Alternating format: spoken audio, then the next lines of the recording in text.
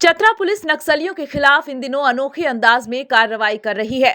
जिले की सिमरिया और लावालौंग पुलिस टीएसपीसी संगठन के नक्सली जोनल कमांडर आक्रमण गंजू के लावालौंग स्थित घर पर ढोल बजाकर पहुंची और उसके घर की दीवार पर इश्तिहार चिपकाया। आक्रमण गंजू 15 लाख का इनामी है और कई थानों में उसके खिलाफ दर्जन भर से ज्यादा मामले दर्ज हैं। पुलिस ने इश्तिहार चिपकाकर कहा है कि आक्रमण गंजू जल्द से जल्द सरेंडर करे, नहीं तो अगली कार्रवाई उसके घर की कुर्की जब्ती कर की जाएगी। चतरा एसपी राकेश रंजन ने बताया कि नक्सली आक्रमण गंजू ने 7 मार्च 2019 को सिमरिया बालूमात पथ पर गोनिया जंगल में एक बड़ी वारदात को अंजाम दिया था।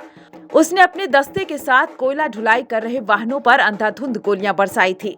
इसके बाद वाहन चालकों को अपने कब्जे में लेकर उसके साथ बेरहमी से मारपीट की थी। इसकी सूचना मिलते ही पुलिस घटनास्थल पर पहुंची और वाहनों को जलाने से बचा लिया।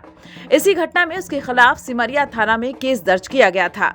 इसी मामले में आक्रमण के घर पर इश्तिहार चिपकाया गया है।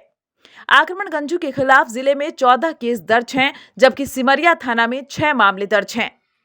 चतरा एसपी राकेश रंजन ने इश्तिहार चिपकाकर आक्रमण गंजू को एक संदेश दिया है कि सरकार की आत्मसमर्पण नीति के तहत आत्मसमर्पण करें या फिर घर में कुर्की के लिए तैयार रहें।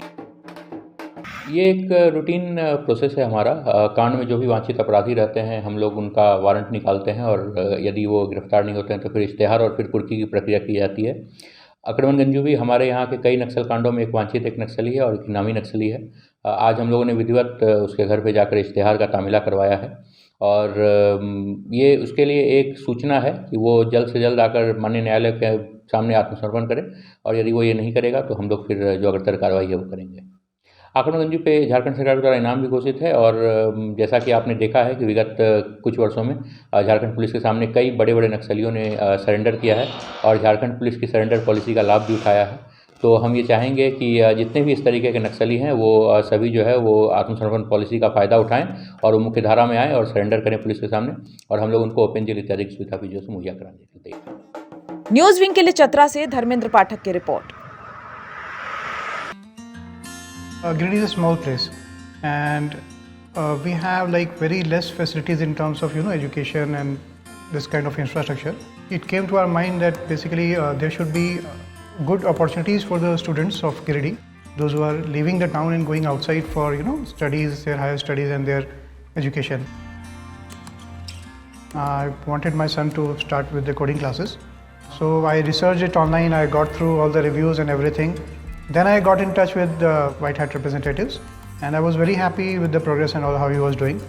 So then I thought that why not to implement it in our school so that all the students are able to learn this thing.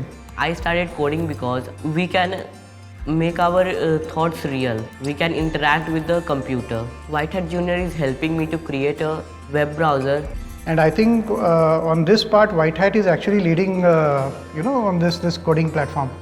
It is definitely a very good platform and one should implement in every school.